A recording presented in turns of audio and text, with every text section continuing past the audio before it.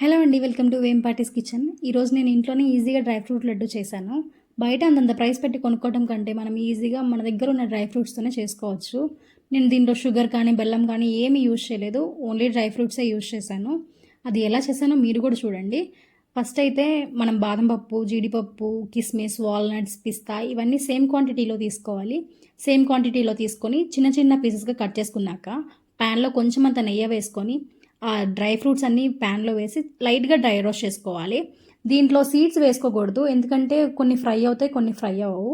So first అయితే ఇవి fry చేసుకొని దాని తర్వాత సీడ్స్ వేసుకోవాలి.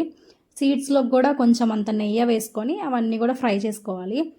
ఫ్రై చేసుకున్న తర్వాత డేట్స్ ఉంటాయి కదా, డేట్స్ కూడా సీడ్స్ తీసేసి మీకు వీలైతే మిక్సీలో వేసుకోండి, లేదంటే చిన్న చిన్న పీసెస్గా వేసుకొని అవి కూడా లైట్గా డ్రై రోస్ట్ చేసి మనం లడ్డూల్లా చుట్టేసుకోవచ్చు. అది చాలా హెల్దీ.